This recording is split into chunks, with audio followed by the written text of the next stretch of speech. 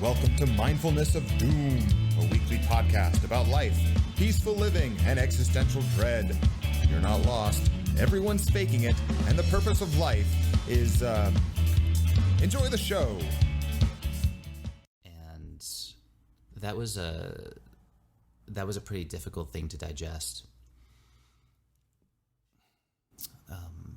And being in Germany, it's a little bit different when you hear about something versus when you're there living it or hearing about it from all the people around you.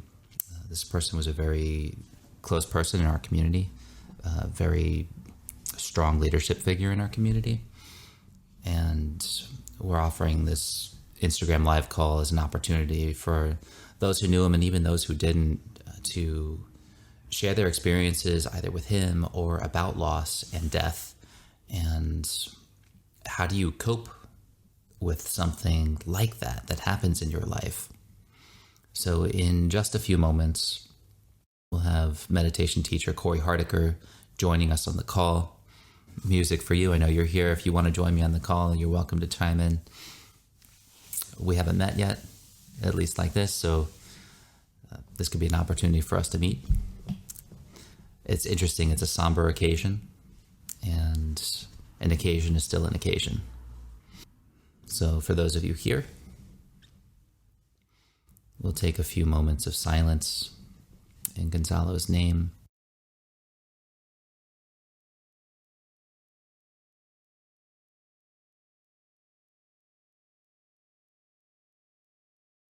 Hey, Ravi, welcome.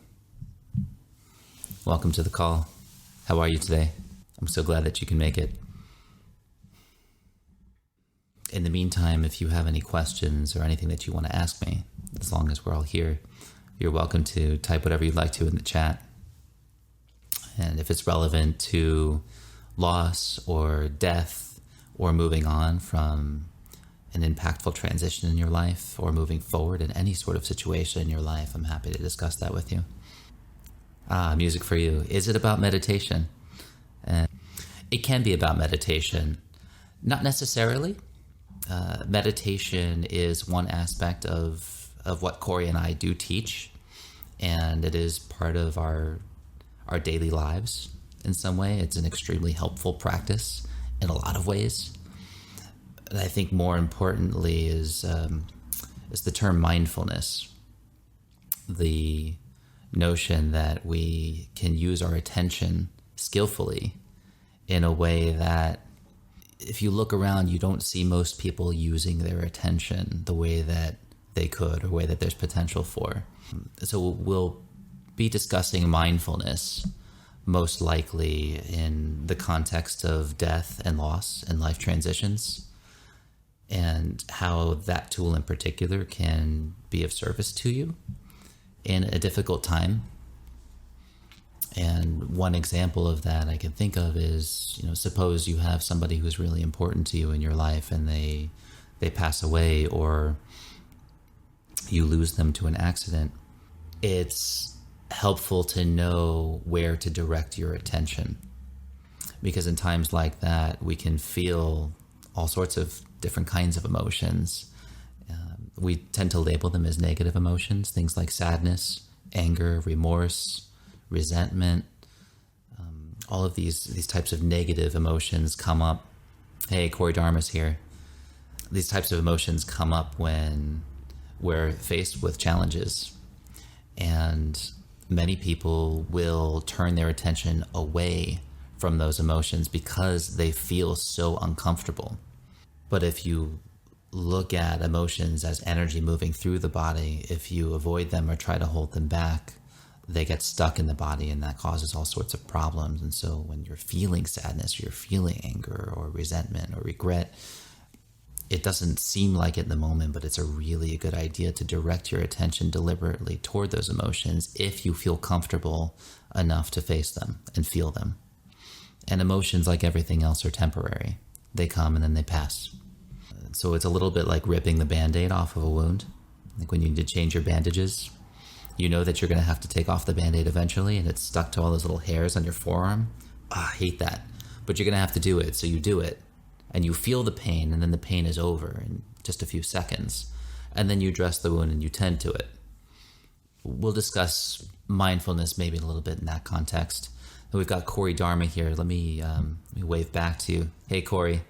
Dude, you can jump on anytime. And let me see if I can send you a request to join the call. Well, if that works, go live with Corey Dharma.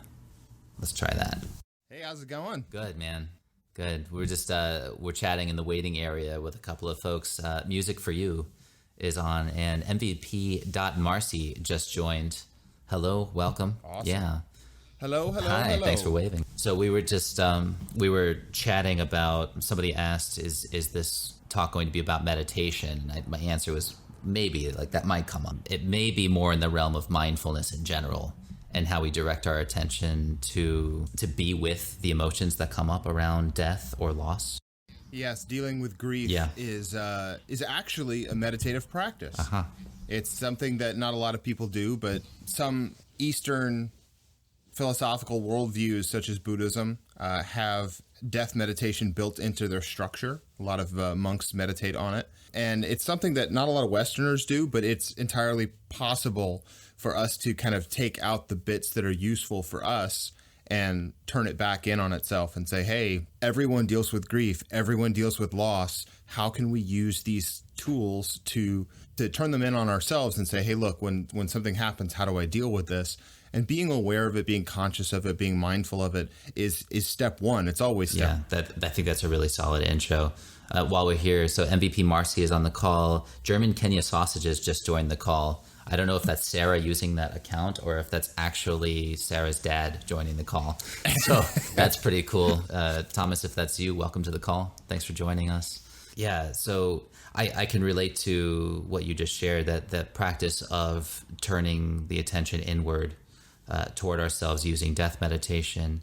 In Judaism, in the heritage of Judaism, there's a similar practice that when somebody passes away, you do what's called sitting Shiva, which is a practice that for 7 days you sit in your house. You sit very low to the ground. The stereotypical seat is usually a box, like a wooden box or some sort, that's low to the ground, which is said to be a very humbling experience, that you're sort of being with the level of the dead at that point. And then you remove all of the mirrors from your immediate surroundings so that you're not reflecting externally, but you're reflecting internally. And throughout that period... I actually just heard about this yesterday. Really? Yeah. And look at you getting your Jewish education on. Which is interesting because I was going to bring it up anyway. Not right about on. the seated thing, but where I heard it. I've mentioned this on the podcast before, but one of my favorite podcast shows is a show called Griefcast with Carrie Ad Lloyd. She's a British comedian, and her dad died when she was 15, and now she makes a weekly podcast about death. And she gets comedians on to talk about losing people that were close to them, not just their parents, but mostly people talk about their parents. And it's kind of like this really like honest conversation where comedians open up about like, hey, this is what I went through. And then they end up talking about the little funny things that happen around the admin you have to do when somebody passes away, or, you know, the weird little things that happen. And it is a phenomenal show. I highly recommend it to anybody. Griefcast is amazing. That's like my number one guest I want to have on the show. Is get Carrie Ann Lloyd on the show. That would be fantastic. Yeah, let's get her on.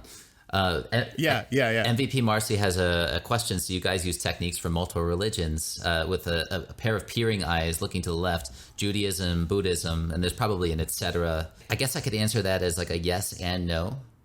I'm not known to practice any formal religion. My background is in Judaism. I grew up as an American Jew in the Reconstructionist movement, and so I have a foundation of Jewish education, if you could even call it that, from the U.S. And I'm not very attached to it, as if you hear me speak about it, you can probably tell that I'm fairly non-sectarian when it comes to religion. However, I do find that there is a load of practical wisdom embedded in every religious tradition, that if you can look past the dogma and the specific religious tenets, you can glean a lot of really practical tools from the teachings. And that's ultimately, I believe the purpose of religion, everything that was left to us over thousands of years and that's been passed on, has been wrapped up in story so that we'll remember the wisdom. But the wisdom nuggets themselves can be extrapolated from the stories that you find in scripture. Cool. But we got a thumbs up. Yeah, that's the subtitle for the episode. Wisdom nuggets. Wisdom nuggets. Yeah. I'm glad that answered your question. And I know that a lot of people feel the same way, particularly in the millennial generation, which we happen to fall in, right? There tends to be a lot of disillusionment with religion. We're brought up a certain way, and it's almost as though we're forced by our parents or our families or our communities to participate in some religious tradition, not necessarily understanding it to its fullest extent. And in my case, taking a lot of it quite literally as we're children. Like, I used to think of God as a big gray bearded man in the sky, and he was puppeteering everything on the planet, right? But that's not actually what happens. However, you can use that as a metaphor for the deeper metaphysical and philosophical aspects of existence. Like, is there really somebody pulling the strings? Well, maybe it's not a person, but you could say that there is some intelligence. And that's really the best way that I can think of to summarize it, that there's some universal intelligence that's not even running the show, but just allowing all of this to be as it is. Like, if you think it's a miracle that I have this and this all came together the way that it did, when it's really just, it's a bunch of atoms, which are particles, which are just congealed energy that decided to cooperate in a very particular way to create this manifestation of how I'm showing up for you. And that's the best I can do to explain it. Hey, Conscious Guy 5, welcome to the call. I also think it's interesting to think about that question of religion in its sense of, like, I think it's its ultimate reason for existing. I think it's why it started to begin with, was people being afraid of the unknown. They're, sitting around a campfire at night. There's a storm off in the distance, 20, 30, 40,000 years ago. They don't understand what lightning is, or they don't understand what death is, or, they don't, they understand it physically, but don't have, when they ask the question, why, nobody has an answer. And then maybe it's the old wise guy telling stories around the fire that says, oh, don't worry about it. And everyone just thinks that he wants attention, right? Like, it's an egoic thing that he's the one that just tells stories. No, it's like, it's how we comfort each other. And it's how we find solace in loss, is that there are people there to be with, to share stories with. And sometimes having a structure in which to hold your worldview and say, oh, when we die, we go to another place, or, oh, when we die, we become the stars, or, oh, when we die, our bodies become the grass and the antelope eat the grass. There is some way for us to deal simply by having some structure. But I think the important thing to note is that the structure is just the scaffolding. It's just the delivery vehicle for the message. In the same way that, do you believe in God, is a very boring question. It's like, it's meaningless to the listener or to the asker of the question to have the person say yes or no. The real interesting question is when you ask, is religion a positive force for good in the world? Yeah. How does our religion help us add value to the human experience? And that is the real message of most religions, is, dear people, be good. Right. When this happens, don't worry. It's okay. Don't be afraid. There's something here for you. And they're comforting. And I think that is the ultimate base level of religion. And obviously, that's a drastic oversimplification of religious structure. However, this is what causes us to turn to it, is loss. It's grief. It's fear of the unknown. And when you have somebody there to help you by holding your hand and saying, hey, this is what we believe, and like, oh, that's a great idea, I'll believe that too, and that's great. And I think that it would be nice to think that the reasons that we have religion are more positive, but I really think it is there to cope with negativity, because life is hard. And if you're a Buddhist or believe in Buddhist philosophies, they'll say right up front, right on the top of the ticket, life is suffering, the first noble truth. Yeah. And it's to say that there is negative suffering, there is positive suffering. All of it, to exist, means you have to struggle, you have to suffer.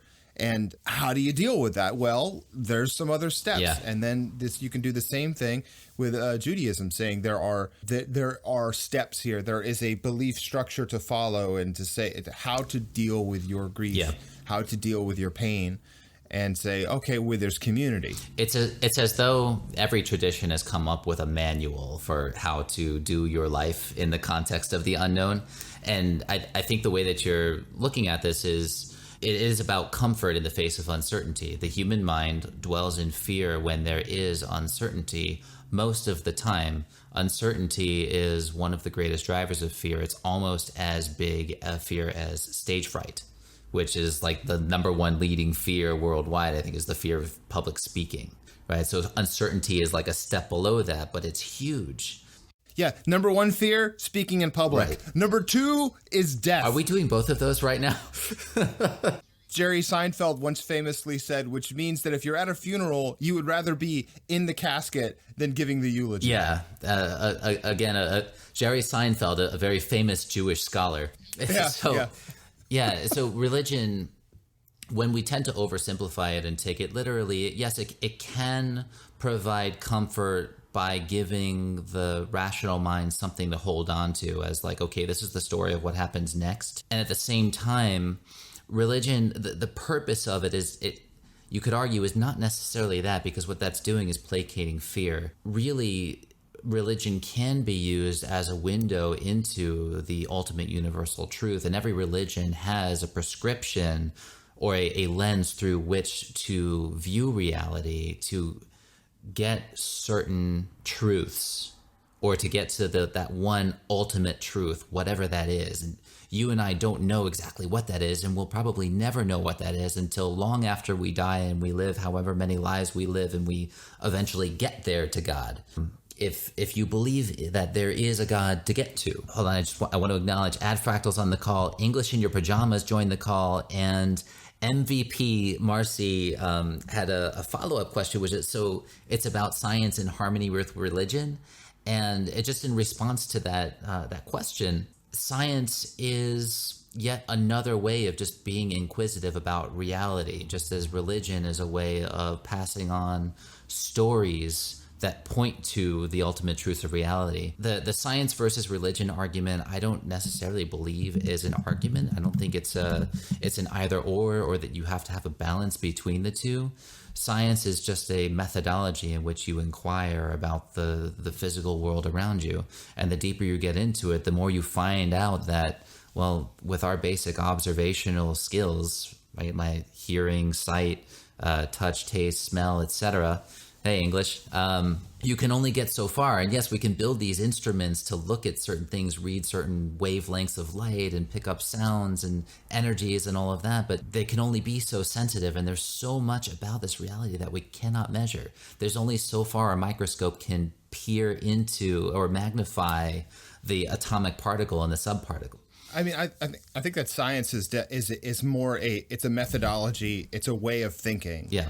And religion is not a way of thinking so much as it is a perspective on the universe, on your existence. I don't think those things are not mutually exclusive. Right. They can exist together. But, you know, most of the time when there's that argument, it gets a little off on the wrong track, like I mentioned earlier. Because human beings have the tendency to turn these things into belief systems and then try to be right about them. Yeah. Neither of these things are beliefs. Better to have ideas. So, Brian, I want to ask you to kind of narrow the conversation a little bit. Is that, you know, we opened by talking about grief and religions and the fact that there are many different structures available to deal with grief. Let's get a little more specific. So, I mean, obviously, you can't go through life without having something happen to you, you know, where you have to deal with grief in some way. For every person that goes through this, there's, you know, it's a unique experience. And when you share that with somebody, it can be a little bit liberating to kind of say, hey, you're not alone. And it isn't a comparative thing. It isn't to say, oh, I lost this person who was close to me and you lost this person who was less close to you. And, you know, we're not doing that here, simply to share. Yeah. And, you know, at least in my life, I've lost several friends in varying circumstances that have, it helped. It was I hate to use the word interesting, but it was interesting how each one affected me in a different way, and how other people around me reacted to the situation and said, this is how they grieve. And, and each time I kind of noticed and say, oh, well, how should I deal with grief? And then when I see other people and I go, I don't want to deal with it like that. That's messy, Yeah. And then other ways are like, oh, that guy didn't even shed a tear, but like you can tell inside he's just falling apart at the seams. And it's just like, okay, well, good for you for putting on a strong face. I'll remember that. Yeah. But maybe you're going to have a heart attack a little bit sooner for not letting that grief out, So it's interesting that you bring this up. And for those of you listening right now, you've probably noticed that different people deal with grief in different ways. And you've also probably noticed that you deal with grief in your own ways. And it's I don't want to say there are some people out there that it might be a fun thing for, but I want to say it's never a fun thing to lose somebody or to go through a period of grief. No, but it's important to go through. It is very important to go through. It is a part of life. If life is considered a series of transitional moments, the ultimate transitions into and out of life are just as valid as every other transition that we experience. They're just as valid as every breath we take, every transition from in-breath to out-breath, right? Nothing is constant. Everything is ever-changing, including the status of our vitality. We've got Myrtle Smith join the call. Hey, thanks for joining. And Adfractal's name is Andre. Thanks for letting us know, dude. Yeah. Also, English in your pajamas, man. It's good to see you guys online again. I haven't seen y'all in a while. So Corey and I put this call together just to narrow down the specifics of this conversation. We wanted to open this call because we had a very special and close person to us pass away in the last week and a half. He fell victim to gun violence literally 1 block from his apartment in Miami.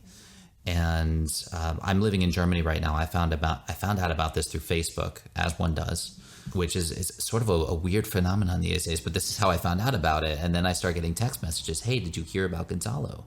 So our friend Gonzalo, just to honor his life, what an amazing, kind, and generous individual, was so involved in our community leadership, in civic engagement, and was a frequent guest at my home when we would have our monthly tea gatherings. And he made an effort to come to, I think he was at almost every single gathering. And there were times this guy, he would show up, the thing would end at 11. He would show up at like 10:45 just to be there, right? Just to say he was there. And he just wanted to be involved with everybody. And we don't have a full understanding of exactly what happened. The only thing that I've seen personally, and I shared this before, Corey, before you jumped on the call, I had a few moments where I was setting up the context for the call. The only visuals that I have were news reports on the television, basically the aerial footage of his body covered on the side of the road with the yellow caution tape and the police cars around, and that was it. That's what we see. And it's so interesting that, for those of you who still watch the news and you see these kinds of images day in and day out, it can be very easy to be desensitized to these kinds of images. And the one time you find that it's somebody that you knew, it hits you in a different way. That was my experience of it. And at first I didn't know how to feel or what to feel, because it occurred to me intellectually as information coming in. Okay, wow, that just happened. Did that really happen? And then you go through that stage of denial and questioning. Wait, is that real? Is that even possible? Can somebody? Yeah, I went through the same thing in a very quick period of time, because I found out and a friend of mine texted me and said, hey, did you see this? Sent me the link to the police Twitter account. Yeah. Where they're saying Gonzalo was shot and killed, and we're looking for information. And then there was a picture of him, but it was a picture I had not seen before. Yeah. And it was not like super recent. It almost didn't look like him. Like you see it and you're like, that's like a generic guy on the TV. Like you may not have even known him. That's exactly what I thought. Wait, is that? And I saw Gonzalo and is that him? And it's so amazing how far removed the news report is from, like, I can't really say the real Gonzalo, but like the Gonzalo as I knew him. Right, right. It was not confirmed for me until I went to his Facebook page and saw people posting, "Hey man, we'll miss you." Yeah. And I was like, holy shit, this is real. That's so bizarre that Facebook is now the delivery method for telling people that you've lost a friend. Yeah. It's become a place for friends, and it's now a place to lose friends. It's weird to think, do they have a mechanism for dealing with this? And I don't think they do. I mean, I still think they actually do. I have this set up, actually. So side quest on your Facebook account. For those of you who are interested, you can set up, what do you call it? Your estate, your backup plan. You basically, if enough people report you dead, then you set up a hierarchy of backup people who can then access your account and do what they need to with your digital assets. And it just occurred to me that I need to change that because I think my ex-wife is one of those people. I still think that she would handle your affairs effectively. I hope so. But that might not be a burden that you want to have her to have to deal with. Yeah, I certainly I would not want to give her that. Yeah, that's not a great present. No. So thanks for the reminder. So it's weird to me because like Gonzalo I think of him as one of my roommates because I lived with him for about a week, which isn't a long time. You know, when I left Miami, my lease ended before I was leaving. I had about a month where I didn't have a place to stay before I moved. So I was kind of bumming around couch to couch. He graciously allowed me to stay with him for about, 5 days or so. So I had been to his apartment, lived in it for a small period of time. I have a very visual sense of what might have gone down because I know those streets. I know exactly where it is. It's 2 blocks from Churchill's. Yeah.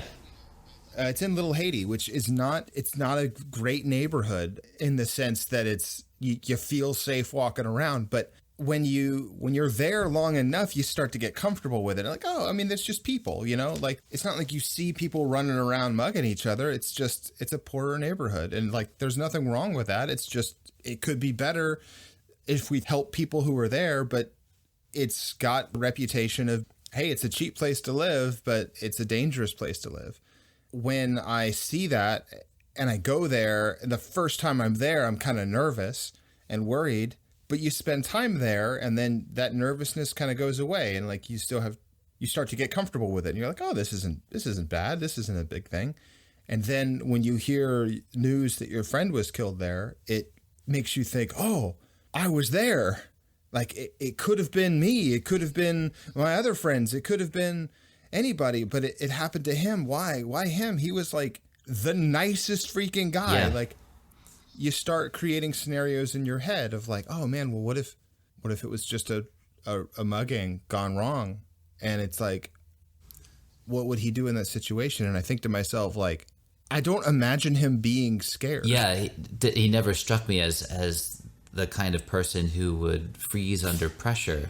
And at the same time, you never really know because we all as human beings have the capacity to be any sort of way given certain circumstances. I mean, I imagine him, he's very high-minded. Yeah. He would have, well, what do you want? What can I help you with? Like, yeah, he would have immediately, how can I help? Like, how can I help you? Yeah. It's sad. We'll never really know exactly what happened. I think it's so amazing that he was so generous to have you in his home for a week and that you did get to know him there. And I think back to a couple of years ago, he offered to host a tea at the cottage gathering at his home, and he opened up the whole backyard area for us to sit down. I think it was like a January or a February evening. It was really cool out night, and it was such an amazing evening. We sat under the stars, and we had we lit candles, and we had a little portable grill. People were passing around snacks. Oh. Yeah, it was a really, really cool event that he held at his place, and he opened up such a welcoming space for everyone. And that was something that, God bless him, and he just had this wonderful ability to just have people feel comfortable in his presence. He was so humble about everything, and I really appreciated that. I think the standard response nowadays when you lose a friend is you hear a lot of the same phrases. You know, you hear people say, "Oh, my thoughts and prayers are with you." You see people literally comment on their Facebook in the same way that people leave messages on a fence, you know, and there's flowers. So it's like a makeshift memorial. Right. People want to communicate. You know, I think that's beautiful. I think that's a healthy way to grieve, to send messages out. Yeah. And any kind of message, no matter how large or small, right? It can be something as simple as a digital comment to hosting a service or building a monument, right? Any sort of effort that can be made in honor of somebody for the life that they had lived, no matter who they are and no matter what they did, I think is really important.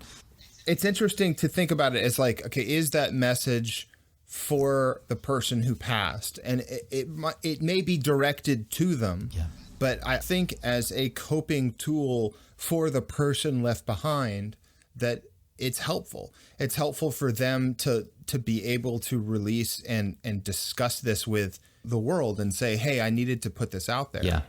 An idea that was floated on the Griefcast podcast was one of the comedians who had lost their parents recently had said that during the funeral, the pastor who was running the service said, I actually have some letters that the deceased left for us for me to read out. And it was the first time, it was part of their wishes. It was the first time the people there knew that they were going to be hearing these letters. And the person had cancer or something. They had time to prepare and wrote out these letters. So during the funeral, they were read out.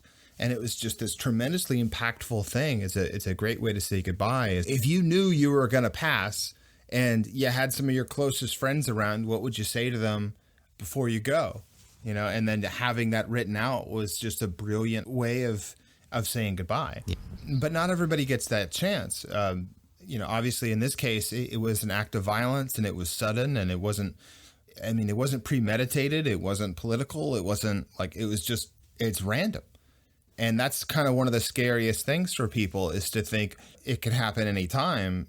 Is that really the message we take away from this? It's like, no, life eats life and the world is dangerous.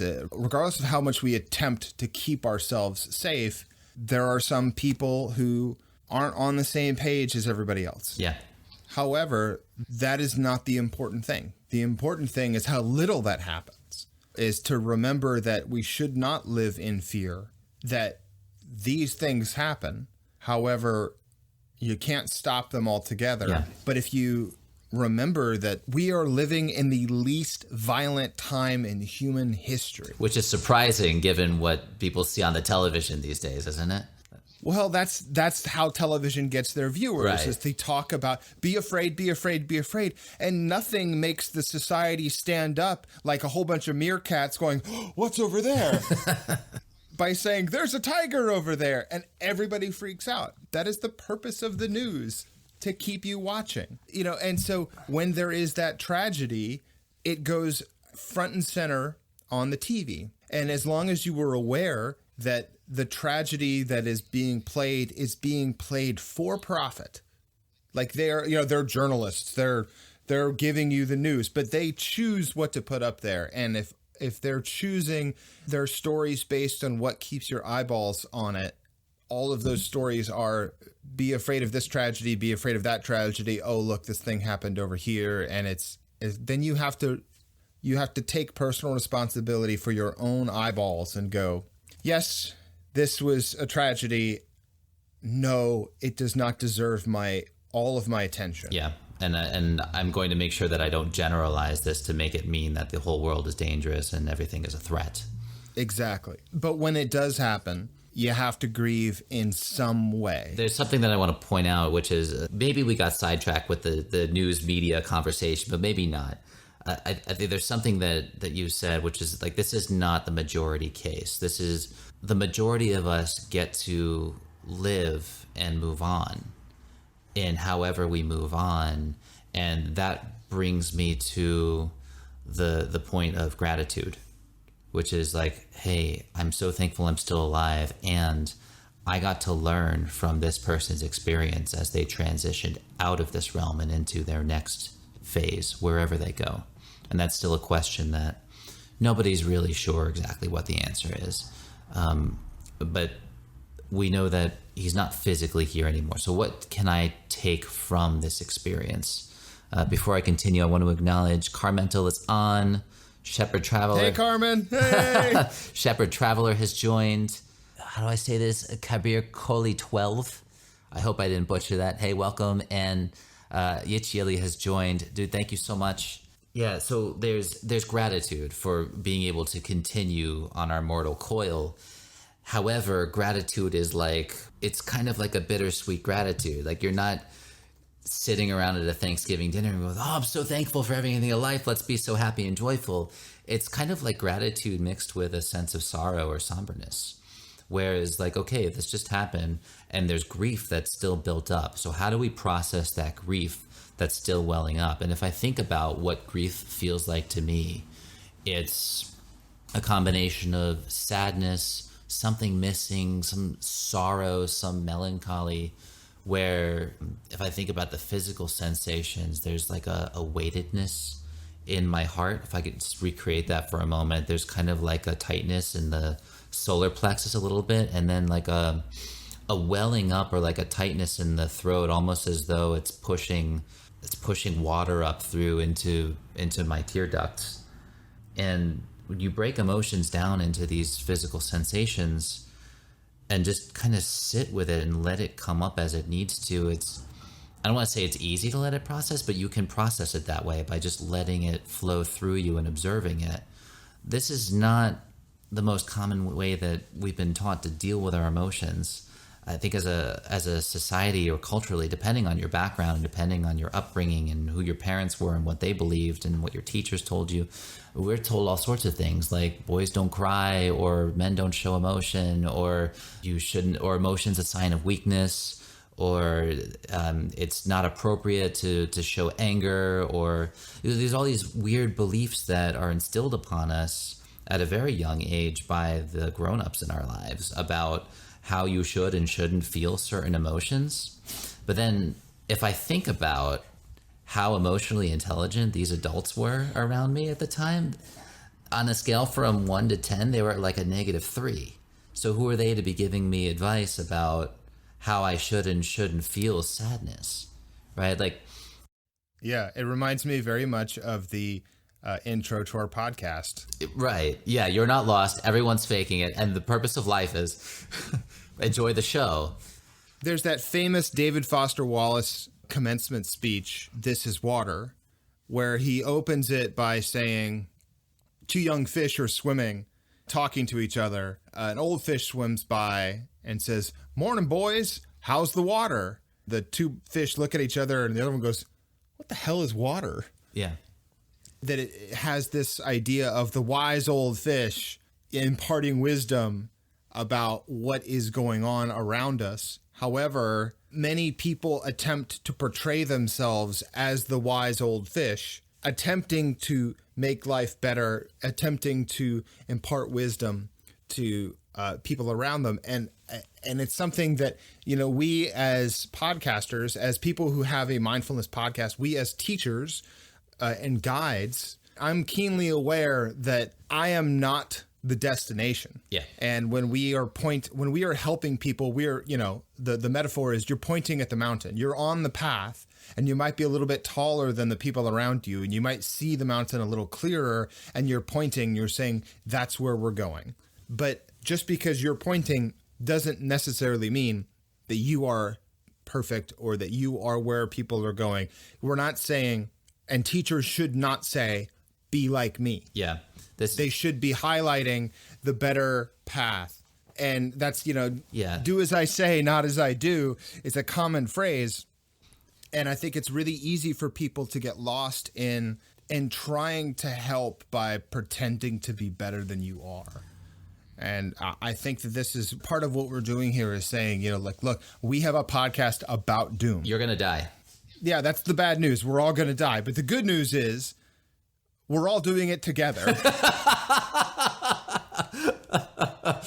Not all at the same time. We don't have It's not like stacks of Kool-Aid in the back. We're not responsible for that, but we are here to help in the sense of saying, hey, look, we grieve too. Yeah. I just want to remind the viewers, if you would like to join in the call and share some of your stories, I think Brian and I are going to share some stories of loss that we've encountered. Yeah, dude. By the way, we've got about 12 minutes before Instagram kicks us off the call, and then we would have to do another one. So I don't know if we may schedule a follow-up to do after this. And maybe this is a conversation that we could continue going. As Corey mentioned, yeah, if you want to chime in and join us here on the call, we can pipe you in and you can share your perspectives. In the meantime, I want to piggyback off of what you just shared, which is none of us are perfect and none of us know all of the answers. And so as teachers and guides, it's our job to throw ourselves into as many real life experiences and feel them fully as possible, so that we can extract wisdom from it and share it with those who haven't been there yet or who are struggling with the same thing. And 9 times out of 10, what I would say to any student or anybody who is interested in what I have to contribute is listen to yourself. Be self-referral. Nobody knows you better than you do. So what I mean by self-referral is if you know that you're feeling something and it's really difficult for you, and you feel comfortable or you feel courageous enough that you can go into those feelings and really process them, then go for it. And be kind to yourself while you're going through it and know that it's temporary. It will pass. But the important thing is go for it and listen to yourself. If you know that you are somebody who has maybe a smaller window of tolerance for emotional sensations. For example, if you're dealing with PTSD, this is something that I dealt with for a couple of years. With PTSD, your window of tolerance as to what you're willing to feel is a lot smaller because certain sensations will trigger you to either go into dissociation or hyperarousal, where you lose control of yourself. Also be kind with yourself and be sensitive to how far you're willing to go within your own sensations. This can be very challenging, and it is extremely helpful to talk to somebody about it. I know it's so cliche that if you need help, reach out or talk to somebody or just get it off your chest, but talk to somebody, because in sharing, in actually putting into words and articulating what it is that you're thinking and feeling, it helps your mind. And I'm not just talking about your rational, logical mind. It helps your full body mind integrate what it is that you're dealing with, because you get to create it in words in a different way and feel it in a different way, not just by yourself, but with someone else who can hear you and understand you and listen, so that you can feel gotten. And we're talking about leaving comments on a Facebook wall for somebody who's deceased. It isn't really for them. It's for you to be in community around something. There's a couple of comments that came in. Conscious Guy 5, Christopher, welcome, man. For a lot of men, vulnerability was ripped from us because of those suck it up, men don't cry beliefs from older generations, which created a robotic, emotionless man. It's heartbreaking. Yeah, dude. And I remember your story, and it's absolutely true. And this is so prevalent across not just men, but just everybody, that the fear of our own emotions this is a global health crisis. Corey Dharma has jumped off the call. However, when he comes back on, we'll get him back on. Here we go. And while we're waiting for Corey to jump on, MVP Marcy, when a friend of mine died. Hey, Corey, welcome back. Sam NY07 joined. Welcome, Sam. MVP Marcy said, when a friend of mine died 2 years ago, I realized how his beliefs impacted me, and I try to keep him inside me. What he said to me lives on inside me.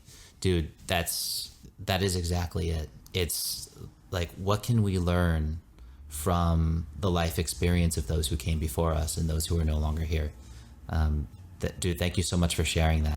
Let me jump in here and comment. Yeah, I totally agree that one of the harshest things about losing someone you care about is that you can't reach out to them again. Yeah. Is that you can't communicate with them, and then you kind of replay in your mind over and over again what they said to you and the things that they meant to you and how it kind of affected you. And it's weird, because it kind of solidifies in your head and you find importance in certain things. And I think it's important to remember message in there. So just to tell a quick story, when I was living in Japan, I had a friend named George. He had a sun allergy. Jeez. Yeah, he was allergic to the sun. The very thing that gives you life. As I understand it, the issue is that, most people's bodies create vitamin D, or is vitamin K, one of them, when they get sunlight. And his body was unable to produce that in the same way. And so it showed up as like a rash. And his liver would have to deal with the influx because there was all these chemicals created in his own body. But eventually he got bad sunstrike one day and then got real sick. He was in the hospital for like 2 months. He ended up passing away because he had to have a liver transplant, and the liver transplant went well, but he fell into a coma during the surgery. And so he didn't come out of that. It was really shocking for me because me and him were starting a band and we were playing music together, and he was just the nicest guy. He had once said to me this thing that stuck with me for the rest of my life. It's all circumstantial and really important to me, and it won't be important to anybody else, but we were meeting up for band practice. I had just come back from my Japanese swordsmanship class. And so I have literally my sword strapped across my back, and he has his guitar with him, and we're going to go play music now. He says, "Are you ready to kill it?" I'm like, "Yeah." He goes, "Good, because you've got your sword and I've got my axe." We were playing a cover of The Strokes. It blew my mind because every time I hear that album now, I think of him, and I can't not think of him. And it's ingrained in me how this, that one line and then that music means so much to me because of our relationship. And it's interesting how those things kind of get settled in your head. And sometimes, like, you bring your sword, I'll bring my axe. It has no deep meaning. It's just a joke. But to me, it's like the pivotal point of our relationship, right, of how I remember him, was that joking moment. And it says so much to me about who he was as a person. And when you think about any other person you've lost, you think about those little things, and it kind of becomes your pivot point. It becomes your central idea of a person. Yeah, dude, that's just that. Right? Like, people live on in how we remember them and the ways that they impacted us. And life becomes different because of that for us. And we have about a minute and a half left before the end of this broadcast. I want to acknowledge Game of Prisons joined. Welcome to the tail end of our call. You can watch the replay. So, by the way, this replay will be on the Inner Sensei profile for the next 24 hours, and then we'll turn this into a podcast episode. Mindfulness of Doom. Go to mindfulnessofdoom.com. Before the call kicks us off, I just want to acknowledge something that MVP Marcy just commented, which is turning grief into gratitude. And that, I think, for now, that is the perfect way to end this kind of conversation, which is like, there is going to be grief. If you are releasing attachment to somebody in your life or something in your life in a transition, you're going to feel some stuff, and it's not going to be pleasant. And at the same time, once you get through it, and when it's behind you and you find that closure and you complete that chapter, you have an opportunity to generate gratitude and choose how you want to move forward. And all of that is a choice. So I want to thank everyone for joining us on this live broadcast with Corey Dharma. Corey Dharma, do you want to do this? Do you want to do like a follow-up to this to keep this going? Because I have so many stories that I could share, and I know you do too. Yeah, I mean, I think we should continue and tell those individual stories of the different ways in which we've shared grief. I think that would be a great topic. Hey, everyone. So thanks for joining on, we'll call this the first part of our conversation about grief in the wake of loss, and in honoring the death of Gonzalo Vizcardo, who's such an amazingly kind soul and an astounding community leader in Miami. We plan to continue this conversation in a second and maybe even a third part of this episode, and we plan to have other people come onto the call and share their experiences as well. Yeah. Thank you guys so much for joining us today. This episode is a little bit different from how we normally do it. We're less joking around because, we wanted to honor Gonzalo, and then also honor anyone who's gone through grief and say, hey, look, you're not alone. We're in this together. It's difficult to experience these things alone. You don't need to bottle things up and deal on your own. If that's how you need to deal, that's how you need to deal. But there's also people here who are willing to talk and willing to share your stories. And we're really happy and glad that you guys joined us in the live call. And we're happy and glad for anybody who wants to reach out to us. If you want to reach out to us, you can at mindfulnessofdoom@gmail.com. If you have a question or a story you'd like to share, we'd be happy to share it on the podcast. And you can find all the replays of these episodes at mindfulnessofdoom.com. And if you like and appreciate what we do here at Mindfulness of Doom, you can support us on our Patreon page. That's www.patreon.com/mindfulnessofdoom. You can also find us on Instagram at Mindful Doom, and now you can find us on YouTube. Hey, Yay! YouTube! Freaking YouTube, man. Right? It's been a long time coming, but we now have our backlog of episodes are updating every Thursday. For anyone who's interested, they will be HD versions. HD version, so you can watch screenshots of some graphic that we made in HD while you listen to Mindfulness of Doom. Yes. The audio will be improved on each episode as I go through. The first couple were just kind of thrown up as usual, but I'm using a new audio software and new editing techniques. I'm getting better all the time. That's very exciting because our first handful of episodes were cringeworthy, in my opinion. It's been a long time since we've gone back and listened to them, and so now that I'm going uncomfortable. back, I'm like, oh man, and I'm listening to it like, oh. Yeah. So for those of you who have been with us since the beginning, you've watched our journey and our evolution, and I think I speak for both of us. We really appreciate your support and that you stuck with us and that you continue to find value from what we do. This is something that we do because we love it and we care about this topic and teaching it, and we just love to share the wisdom that we get from our own lives and from the thousands and thousands of years of wisdom that has been passed down to us from the billions and billions of human beings who came before us. On that note, let's cut the small talk and end this episode. Excellent. Thank you guys so much for listening, and we will see you next time on Mindfulness of Doom.